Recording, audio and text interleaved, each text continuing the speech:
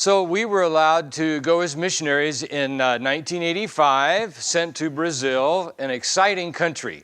And if you were here yesterday with the children, we took a virtual trip to Brazil and saw a lot of the natural resources, saw a lot of the very unusual animals of Brazil and the people, the food. There are probably 25 kinds of fruit you've never heard of.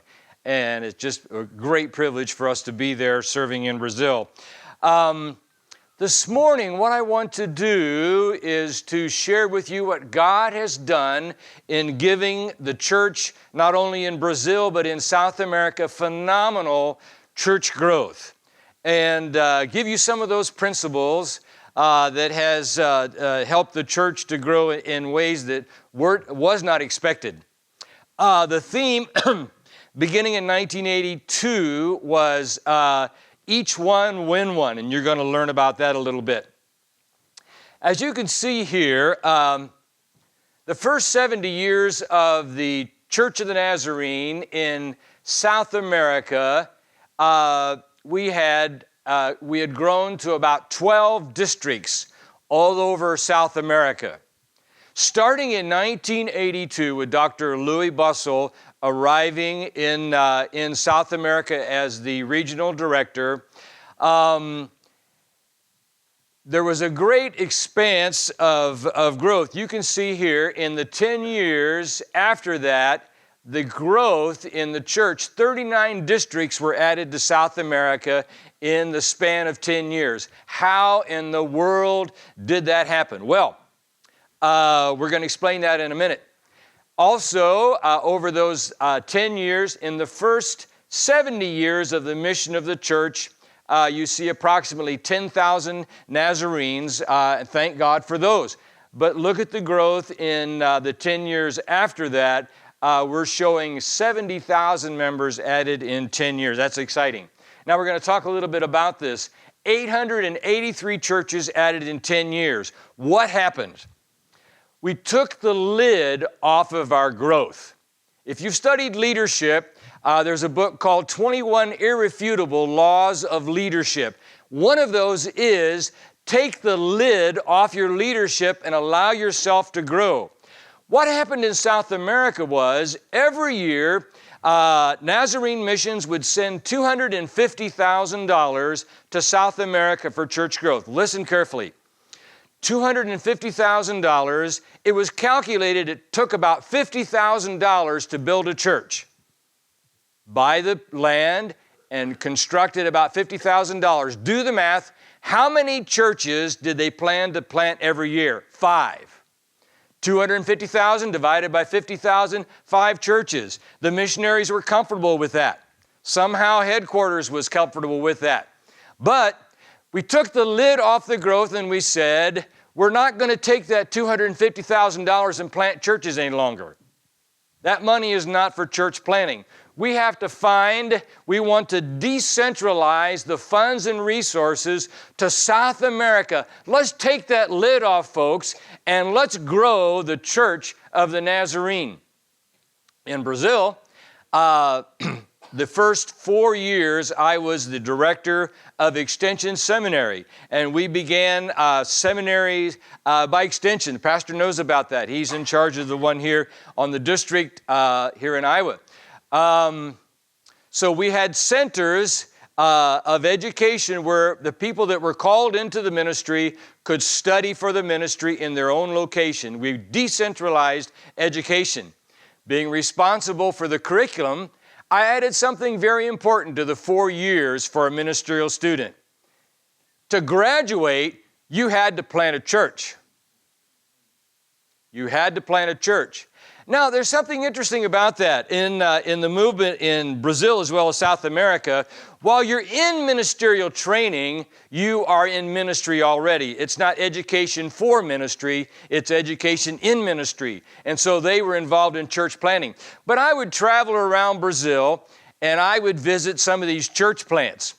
And so I remember many times they would come to me and they would say, Pastor Steve, we're excited. We have 80 members now in this in this hall that we rent. And we're looking forward to the time where the North Americans can come and build us a building so we can have a church. I said, now hold on.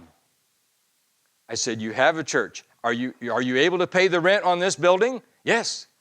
I said, when you outgrow it, can you rent something else maybe for just a little bit more money? They said, yes.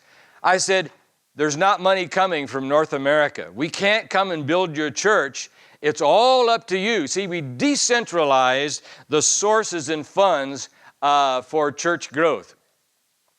We found in South America there were three basic problems that were holding us back. The church was building-centered. Everything had to happen within the building. The church was pastor-centered, and we'll talk a little more about that later, but basically, the church had the mentality, well, we pay a full-time pastor to do all of that, and I've heard that reflected on myself. They said, in my ministry in the United States before I was a missionary, well, we pay you as a full-time minister to do all of those things. But remember, the pastor is an equipper, an enabler, a shepherd that helps the church go forward.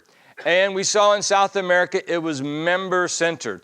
I heard one time that the church is the only club, excuse that expression, club, the church is the only club that is focused on non-members. Listen to that. The church should be the only club that is focused on non-members. Well, here we see the church focused in on the building, and here we see members as well, centered on themselves. Now, possibilities in South America. Decentralize the building. Do ministry outside the building. We don't come to church, we are the church.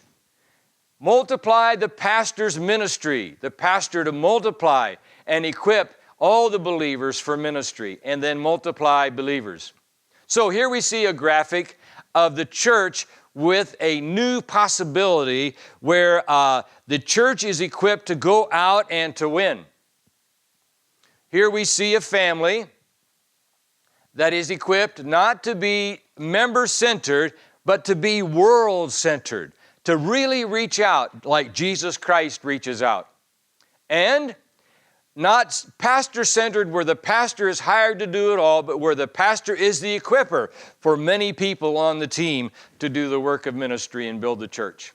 Well, here are examples. We don't have time to talk a lot about these. Moses, receiving revelation from God and writing the first 5 books of the Bible. With all the revelation and knowledge direct from God, had short vision concerning administration, and his father-in-law helped him to decentralize and delegate work. We know the example of Christ in decentralization of leadership. Paul, as he traveled on his missionary journeys, planted churches and then found godly people that he could leave in charge of that church plant and come back only once in a while to help supervise. But the decentralization of leadership. James Kennedy, who began evangelism explosion, talked about his beginning after seminary days. He went to his very first church, and there were 6 elderly ladies and 1 backslidden man. And he rolled up his sleeves and he said, I'm going to preach like a bishop and fill this church this year. Well, he preached his heart out that year, and at the end of the year, he had 5 elderly ladies and 1 backslidden man. He had lost 1 lady. So he got his pencil out and he started to calculate, now let's see, how long will it be before I'm out of a job here at the church with my excellent leadership? And then God helped him to see that those elderly ladies could do the work of ministry and win people. And that's how evangelism explosion began. Began to work with and decentralize the leadership of the church to those elderly ladies. And the whole story we can't do that at this time. So, in South America, our theme was each one win one. So we have each pastor train a pastor. mentoring leaders within the congregation and helping them to be co-pastors. It may be non-paid, but lay pastors that would be able to plant churches and congregations, or lead a small group, or to lead a congregation as a part of the church. Each church planted church. We emphasized in Brazil that it was the responsibility of each church to have the vision to plant another church. It was exciting in Brazil to see this happen. I would go to district meetings, and where the pastors, district pastors meetings, and we would meet and we would talk about church planting. And this young guy would come in and he would say, I've been over in this other area, and it was a long drive away, and he didn't have a car. He went on the bus, and he said, I've planted the church over there. We have 40 believers, and I'd like to have some organizational help. I'd like to see something happen with this. What was he doing? Each church plant a church. Each member win a member. So it's the responsibility of the church to plant a church, the pastor to train a pastor, and for each member to win someone else. Usually in a meeting like this, I'd ask everybody to sit on one side of the sanctuary. I won't do that this morning because we don't have a lot of time. And then I'd say, now I want you to look at that other side. It's all empty. I said, now next year, if each of us would win one person for Jesus Christ, this place would be full. Each member win one member. So how do we do it in South America? We had prayer cells, and we'll explain a little bit about that. And then we had, I'm calling it in English, evangelistic prayer crusade. It's a crusade or a revival service or an evangelistic weekend that is coupled with effective prayer. We called it Big Brothers and Big Sisters in South America. In the United States, I'm calling it Evangelistic Prayer Crusades. The prayer cells. Let's look at the components of the prayer cell quickly. 3 leaders meet in a home for 1 hour each week. They read Scripture. One leader, they take turns every week with the responsibilities, like a round robin. The other person then writes down the prayer request in a 3-ring binder or a notebook that you have that has the name of the person, the contact information, and then the date and nature of the answer to prayer. And so each week they're meeting, they read a chapter in the Bible, they write down new prayer requests that they have gathered, and then the third person leads the session in prayer, and they pray for these people. We don't invite in unsaved people here. This is the work of the church and members in the church to pray for the needs in the community. But how it changed people in Brazil was this. For instance, I get my gas at the very same gas station store type thing, whether it's 7-Eleven, Quick Trip, whatever, every week. So you know our superficial conversation in America is, I'm fine, you're fine, and that's all it. Okay, but people in the prayer cell groups are conscious that if an opportunity comes up, they can see a little opening of opportunity, okay? So you have to be intentional. You go to this very same place to get your gas, go into the counter, don't pay for it at the pump, go into the counter, talk to that person every time you get gas. Then, in Brazil, for instance, if the prayer cell person sees a difference, maybe there's a cloud over this person one day, they're down, it's obviously down, and you're asking them, how's it going? You know, and they say, well, not real great. Well, you don't ask for their life history. You just say simply, you know, I'm a part of a group that prays for people. Would you like to share your request with me? And in Brazil, they'd say, yeah, you know, my marriage is starting to split up and I need some help. You know, so you get the name and phone number, and then you take that prayer request back to the prayer cell and you begin to pray for that need. As these needs are met, people join the prayer cell group. The prayer cells divide. And in Brazil and all of South America, the prayer cells turned into congregations. And then some of the congregations turned into churches. Evangelistic Prayer Crusade, this is really fun. This is where you set an evangelistic weekend and then you work backward 10 weeks. And you ask members in the church who would participate in praying for 10 unsaved people 10 weeks in preparation for this weekend that we're going to have in October, let's say. We start back in August praying for these people. And so they fill out a card and they begin to pray for 10 unsaved people every day for 10 weeks before this evangelistic crusade. When it comes up in South America, when it comes up, we don't just invite the person to come to some one of the meetings, Friday night, Saturday night, Sunday morning, Sunday night. We're very specific. We say, oh, can your family come with us Friday night? We'll swing by and pick you up, and then afterwards, we'll get some pizza. We always put, we don't always, but it's very good to put food with that invitation. You're specific, and you put some food with it. Now, did everyone on the list come to the meeting? No. Everyone that came to the meeting, were they all converted? No. We work on a percentage, but this is one of the great things that helps South America. The decentralization of theological education we did, which I explained.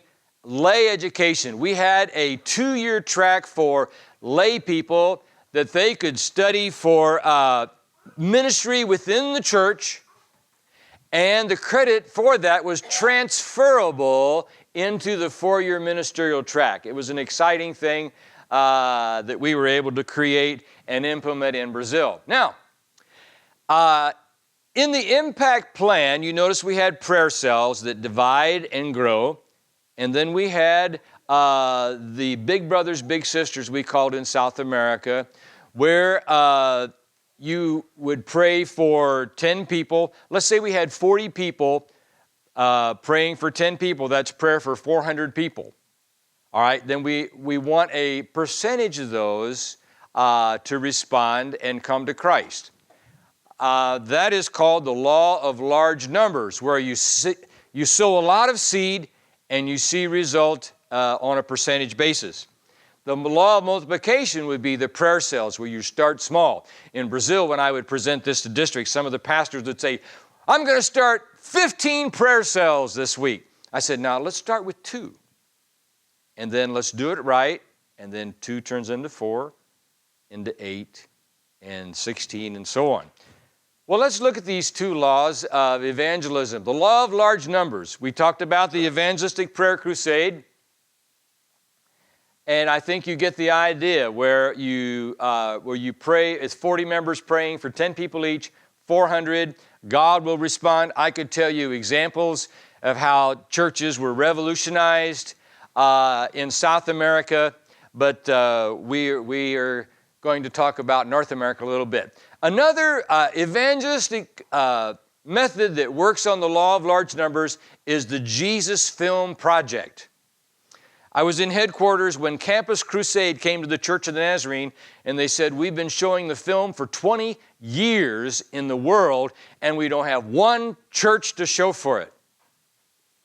And their words were, around the table as we were meeting, we are under conviction that we do not have churches. We want to partner with the Church of the Nazarene, show the film, but also plant churches. This is a typical scene. This one's in Africa, where the screen is set up, a Jesus Film team, and we did partner with Campus Crusade. They provided the equipment, we provided the personnel and the follow-up to start churches. They put the screen up during the day, and then when it turns to night, they show the Jesus film, and the screens are made of parachute material that you can see on both sides. It's really cool. And so a lot of people can see the Jesus film. And here was the plan. To show the Jesus film, it is showing 500 people, hoping that 10% would come to Christ. So maybe 50. As we started the partnership, the numbers started coming in. And it wasn't 10%.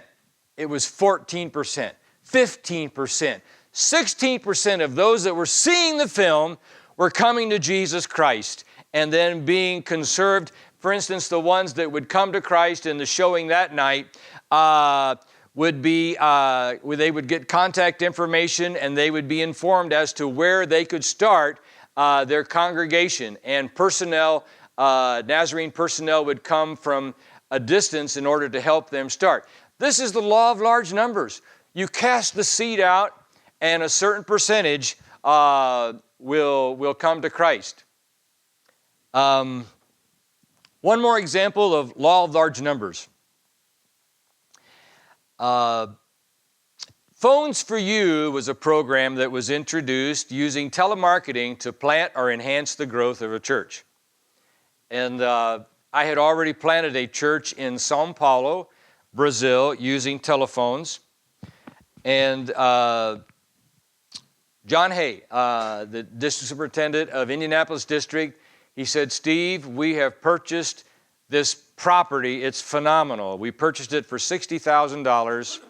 It was a mainline church, and they could not keep up they couldn't keep it up, and the congregation had dwindled to nearly nothing. It was like 12 members. And this building, you'll see it." He said, "I heard that you planted a church in Brazil using the telephones. Can you do it here in Indianapolis?" I said, "Yeah. You recruit the people, and we'll do the telephoning." Essentially, it's this. For a new congregation, the numbers are like this. You make 10,000 dial-ups. You draw a circle around the geographic area that you want around your church, and you phone 10,000 people. You explain what you're going to do on a certain day, that you're going to start this church. Now, you can do it for existing churches. The results are half in an existing church. But you make 10,000 dial-ups. You have 1,000 people, that's 10%, that say, "Okay, go ahead and send me the information." You send a wave of 5 different mailers to their homes. Of that 10% that asked for the mailer, only 10% of them will come. We're talking 1%. Can you tell me what 1% of 10,000 is? 100. 100. So this is an exciting way to start a church. Now, you don't have 100 Nazarenes that are third generation, folks. You have a mixture of people starting a church like this. But it's an exciting thing. Here was the first day. Can you see just that side entrance of this beautiful brick and stone building? Sanctuary seated 700. It had a wedding chapel off to the side, 3-story educational space, a gymnasium, and a dining hall that would seat 400. These are some of the people that came for the very first time. Here is the sanctuary, stained glass windows. The Church of the Nazarene bought this for $60,000. And these are shots that I took the very first Sunday. This is under the sanctuary, the fellowship hall, with a platform, and an exciting time based on the law of large numbers. Now, the other law, the law of large numbers, where you sow a lot of seed and you expect a percentage. The other law is the law of multiplication. And we'll quickly go through this. The New Testament model. Seoul, Korea, the Full Gospel Church of Seoul, Korea. I've been to their church building in Seoul, Korea. It's the only church I ever saw an ATM machine. They have ATM machines, not so you can not so you can get money to spend on your meal. Draw out money so that you can put it in and pay your tithe.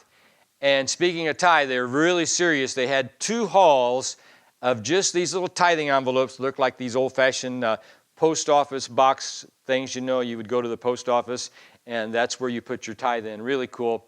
We're going to talk about Flint Central a little bit and Good News Clubs. The New Testament model house churches. We had no buildings until toward the end of the second century. Paul's strategy, we've already mentioned. Here is just a part of the full gospel church of Seoul, Korea. It's estimated there are 1 million members. And here they're meeting in this stadium. It's a phenomenal story. We don't have time to talk about it, but it started with the law of multiplication. Paul Cho had a passion of having the largest church in Seoul, Korea. He actually took a tape measure and went to the First Presbyterian Church and measured the perimeter of their physical building. He had that much vision. He worked and worked and worked. Started with his church of 150 members, finally reached 600. And with physical and mental exhaustion, laying on his back, he believes that God spoke to him and helped him to realize that he needed to delegate the ministry to the church. And so he took a map of Seoul, Korea, divided it into 20 sectors, went to the board and said, I would like to have prayer cells in these 20 sectors of town, and as they grow, when they reach 15, we'll divide them and we'll have 2 prayer cells in that area instead of 1. Well, the board turned him down. And so he went to the ladies of the church. The board was all men. He went to the ladies of the church and he said, ladies, can you handle this? And they said, yes. And so the prayer cells were started, and the rest is history. These groups, these small groups, started as 20. As they grew, they were divided, grew, divided. Who knows how many small groups they have now? The estimations are all over the board. But needless to say, it shows you the power of multiplication. Something that is able to grow and divide. It is now the largest church in the world. In Flint, Michigan, it was my second full-time associate pastorship. In the first one, we had a successful bus ministry. We had 12 vehicles. We brought in about 250 on the buses. We had a great ministry. We won the parents of the kids that came on the buses. When I moved to Flint Central, there were no buses, but the church was growing. And so thank you for that reminder. I'll quit real soon. Okay. The church was growing. And so I asked the pastor what was happening, and he said, we have ladies' Bible studies all over town. Now, these ladies have their Bible studies in their homes, and they invite in their neighbors and their friends. They have a great time. The ladies are won to Christ, and then they come to church. And there weren't just 5 Bible studies. That's all I could get on the screen. But you see, this is a model that you can multiply. These are Bible studies at good times, convenient to the ladies that they had in their homes. And it wasn't a uniform time. It was whenever they could have it. These grew. These multiplied. It was a fantastic example of the law of multiplication. Good News Clubs, as we finish. This is also an example of to divide and multiply. This can be done with any church, and we've done it in mostly in the United States. In Brazil, because of the gated communities, we had to have kids clubs in the park that was similar, but in the backyards, mostly in the United States with great success. What happens?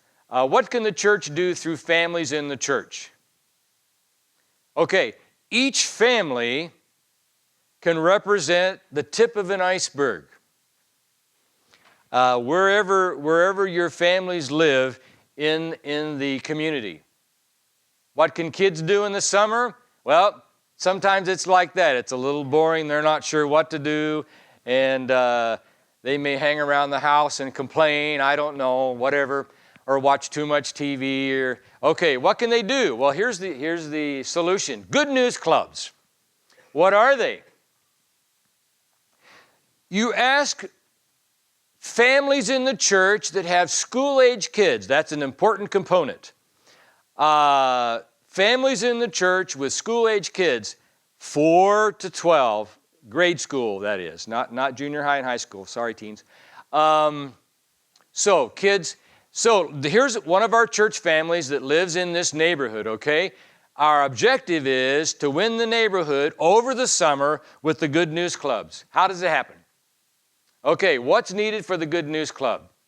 Church families with school-age kids, we said that. Parents able to provide a light snack each week. Okay, so you have an hour program, same time, same station in the backyard of the family of the church, and all the host family has to do is provide a popsicle or a can of pop. That's basically it. Something cold because we're talking summer, right?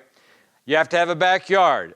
Inside the home is a little threatening for kids to invite other kids. Backyards work perfect. By the way, if you don't have a lot of backyards, we've used this model in apartment communities where they have quadrangles, and we've asked permission to go in and have these very same clubs in the apartment ministry. In some churches, we did that exclusively in the quadrangles of parks.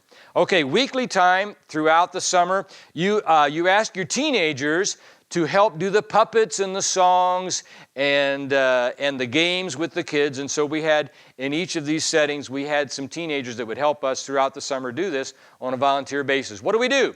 We have illustrated songs, Bible verses, gospel message, puppets, games last. You don't do the games first and get them all worked up, then expect them to listen to a story. But you do it in this sequence is very important. And then you get them good and hot with the games, and then the popsicles really works out there at the end. We've seen Good News Clubs start with 2 kids. That would be the 2 kids of the family, church family. And instead of having a Bible school in June, what we did was we put the Bible school off to the end of the summer, which was usually the beginning of August. And so you start the Good News Clubs right after school is over in the end of May, and you do those every week, all summer long. And then you have a giant Good News Club rally where you bring all the kids in on a Saturday, and you have your Bible school then. And it's just like a giant Good News Club rally on Saturday, and then you invite them to the next day on Sunday, and then you sing some of the songs you did over the summer and whatever. Okay, we've seen these clubs that started with 2 end up with 30. You don't have to promote, you don't have to ring doorbells, you don't have to do anything. All you have to do is this program, and the kids do the rest. They recruit all of their friends in the neighborhood. It's phenomenal. And so, for instance, in Flint, Michigan, we would start in different subdivisions. We had 5 or 6 clubs, and they grew from 2 to 8 to 12 to 18 to 22, and in different sections. Okay, you're talking about a good group of kids to bring in on Saturday then. It's just one example of the law of multiplication. So just briefly, in South America, God has helped South America to engage the law of large numbers, basically through the Big Brothers, Big Sisters, what we call the Prayer Evangelistic Crusade, and the law of multiplication, where the prayer cells multiply, and then the each one win one, where each member wins a member, each pastor trains a pastor, and each church plants a church. It's been exciting over the years to see God bless this impact plan in South America. Thank you for allowing me to share this. I'm hoping it's helpful, and I know that in North America things can go just like they do in South America if we'll put these 2 laws into practice. Thank you so much. God bless you.